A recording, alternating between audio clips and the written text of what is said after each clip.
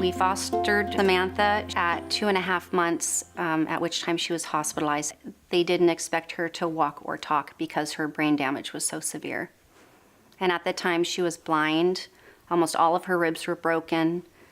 She had non-accidental traumatic brain injury, so her skull was basically crushed in. And within a couple months, she started seeing, and she was able to laugh, which is really surprising, you know, after all that she's been through. And we just fell in love with her, asked if we could adopt her. Samantha's had behavioral issues since she was 2 years old. We started working with the WRAP program probably around 5 years ago. Our program is an intensive home-based program. We work with youth ages 3 to even 21.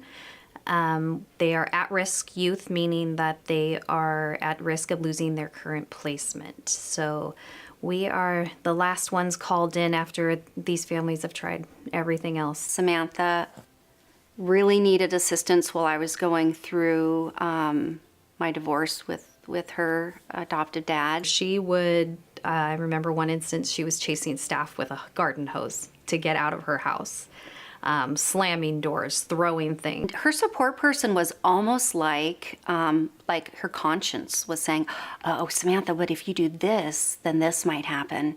And that's something that with her brain damage, that's not something she was at one time capable of doing. But with that repeated reminding, she was then able to get it herself. Monica's my favorite. She would say when I was like screaming, she would say, I can't understand you, you need to calm down. And then we would work it out. She came out a couple of times when I needed her. Jake did too. Sometimes she'd get upset right there in the middle of the meeting. She'd be laying on the floor crying or whatever, and she'd be yelling and she'd be upset. And sometimes my whole job was I would sit through it and I'd just let her run it out. And then at the end, I would praise her for not cussing me out. And that would often calm her back down, and then she'd start feeling good about herself and she'd apologize.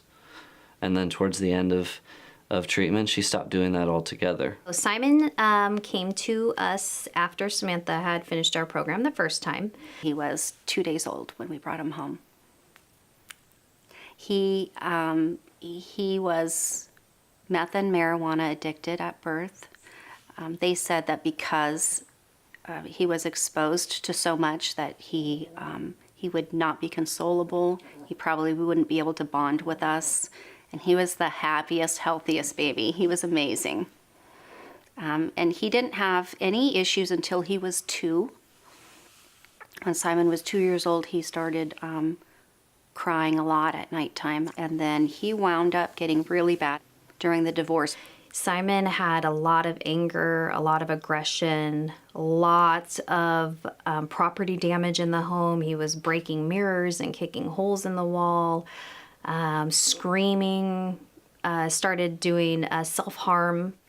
When they offered wraparound services for Simon, I was already experienced in what they had to provide, and so I knew that he was in good hands. When you first go, like you set a goal that you want to achieve, like I want to not get angry as easily. We would do that, like, and then if something else comes up, then we work on that. The clinician would come in right in the middle of a tantrum or a blowout, and she would sit on the floor with him.